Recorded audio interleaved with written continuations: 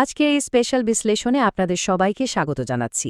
আজ আমরা কথা বলবো এমন একটা বিষয় নিয়ে যা আমাদের সবার জীবনেরই একটা বড় সমস্যা, প্রোক্রাস্টিনেশন বা কাজ ফেলে রাখার স্বভাব। আমরা লাস্ট চান্স বা শেষ সুযোগ নামের চমৎকার একটি সোর্স মেটেরিয়াল নিয়ে আলোচনা করব। এটা আমাদের দেখাবে কিভাবে আজকের খুব সামান্য কিছু কাজই আমাদের ভবিষ্যতের বিশাল ইমারত করে তোলে। চলুন শুরু করা যাক। আচ্ছা, কখনো কি ভেবে দেখেছি এই আগামীকাল শব্দটা কেন আমাদের সবচেয়ে বড় শত্রু হয়ে দাঁড়াতে পারে? এই খুব সাধারণ কিন্তু গভীর প্রশ্নটা দিয়েই মূলত আমাদের আজকের আলোচনা শুরু হচ্ছে। এই বিষয়টার গভীরে যাওয়ার জন্য আমরা রাহুল নামের খুব সাধারণ একটা ছেলের গল্পকে কেস স্টাডি হিসেবে ব্যবহার করব। আমরা দেখব কিভাবে সে স্থবিরতা কাটিয়ে সাফল্যের দিকে এগিয়ে গিয়েছিল। আমাদের প্রথম অংশ, আগামীকালের ফাঁদ। চলুন সোজা রাহুলের গল্পের ভেতরে ঢুকে যাই।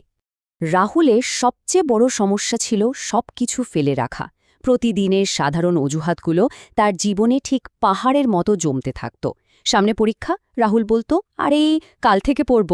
ব্যায়াম করা দরকার, ঠিক আছে কাল থেকে শুরু করব। আর বড় কোনো স্বপ্ন, সেটার উত্তর ছিল সময় তো পড়েই আছে, পরে দেখা যাবে। এই যে বারবার কাজ পিছিয়ে দেওয়ার চক্র, এটা আসলে একটা প্যারালাইজিং এফেক্ট বা পক্ষাঘাতের মতো কাজ করে।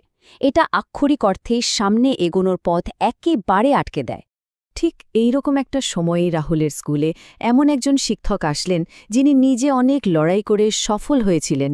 তার একটা অসাধারণ কথা ছিল, জীবনে কতবার হারতে হলো সেটা আসলে কোনো ব্যাপারই না, আসল ব্যাপার হলো শেষবারের মতো আর একবার চেষ্টা করা হয়েছিল কিনা। কথাটা কিন্তু দারুণ, তাই না? এই একটা কথাই রাহুলের মনে ছোট্ট একটা বীজ বনে দিয়েছিল। শুরুতে সে যদিও এটা একদমই পাত্তা দেয়নি, কিন্তু পরে এটাই তার জীবনের মোড় ঘুরিয়ে দেওয়ার সবচেয়ে বড় কারণ হয়ে দাঁড়ায়। এবার আসা যাক আমাদের দ্বিতীয় অংশে, ব্যর্থতার ধাক্কা। চলুন দেখি কিভাবে রূঢ় বাস্তবতা এসে সব কল্পনা ভেঙে দেয়।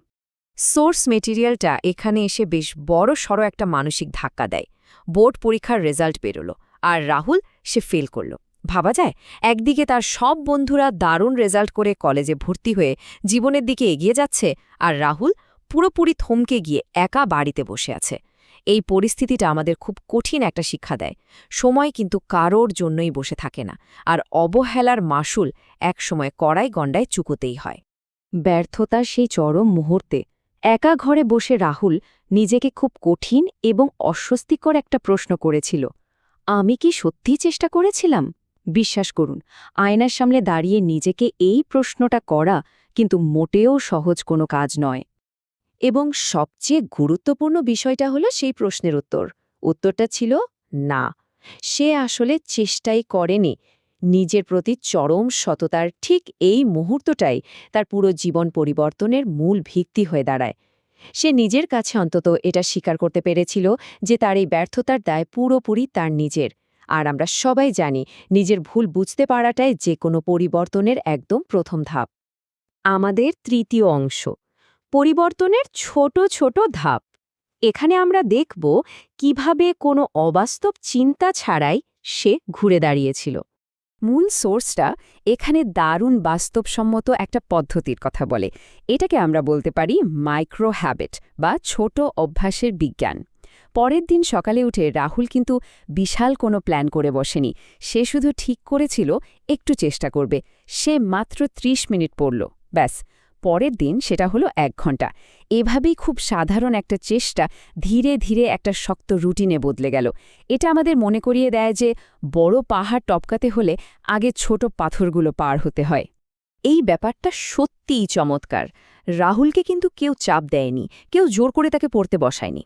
মোটিভেশনটা বাইরের কোনো চাপ থেকে আসেনি, বরং প্রতিদিন নিজের জন্য একটু একটু করে কিছু করার একটা ব্যক্তিগত জেদ থেকে এসেছিল। আর সত্যি বলতে কি, মোটিভেশন যখন ভিতর থেকে আসে তখনই সেটা সবচেয়ে বেশি টেকসই হয়। চলে এলাম আমাদের চতুর্থ এবং শেষ অংশে, আসল সাফল্য। ১ বছর পর ঠিক কী ঘটেছিল চলুন জেনে নিই। মাত্র ১ বছরের ব্যবধানে পার্থক্যটা একবার খেয়াল করুন। আগে যে ছেলেটা ছিল ব্যর্থ, স্থির এবং ঘরে বসে থাকা একজন মানুষ, ১ বছর পর সে শুধু ভালো নম্বর নিয়ে পাশই করেনি, তার পুরো মানসিকতাই বদলে গেছে। এটা তার ওই নতুন রুটিন আর ধারাবাহিকতার একদম হাতে নাতে প্রমাণ। তবে এখানে একটা গভীর ব্যাপার আছে।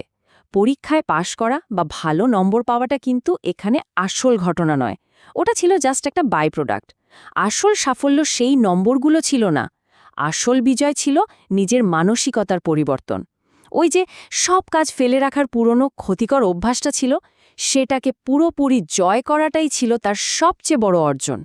আর এই বিষয়টা আজকের আলোচনার মূল সুরকে একদম পারফেক্টলি ফুটিয়ে তোলে। সাফল্য একদিনে আসে না, প্রতিদিনের ছোট ছোট চেষ্টা থেকেই তৈরি হয়। এটা প্রমাণ করে দেয় যে বিশাল কোনো সাফল্য আসলে অসংখ্য ছোট আর ধারাবাহিক কাজেরই একটা যোগফল।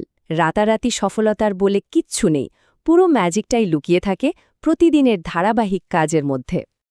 এই বিশ্লেষণের একদম শেষ পর্যায়ে এসে সোর্স ম্যাটেরিয়ালটা আমাদের জন্য দারুণ শক্তিশালী একটা বার্তা রেখে যায়। আজ আমাদের অবস্থান যেখানে, সেটাই শেষ নয়।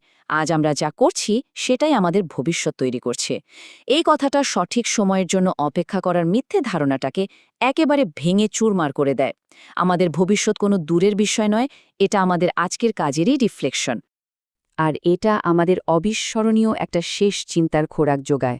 ভবিষ্যতের মজবুত ইমারত গড়ার একটাই উপায়, অপেক্ষা করা বন্ধ করা এবং এখনই কাজ শুরু করা। একবার ভেবে দেখুন তো, যে কাজটা আগামীকাল করার জন্য আমরা ফেলে রাখছি, সেটা আজ এই মুহূর্তে শুরু করলে কেমন হয়? কারণ ওই আগামীকালের শুরুটা আসলে আজ থেকেই হয়। আজকের এই আয়োজনের সাথে থাকার জন্য অসংখ্য ধন্যবাদ।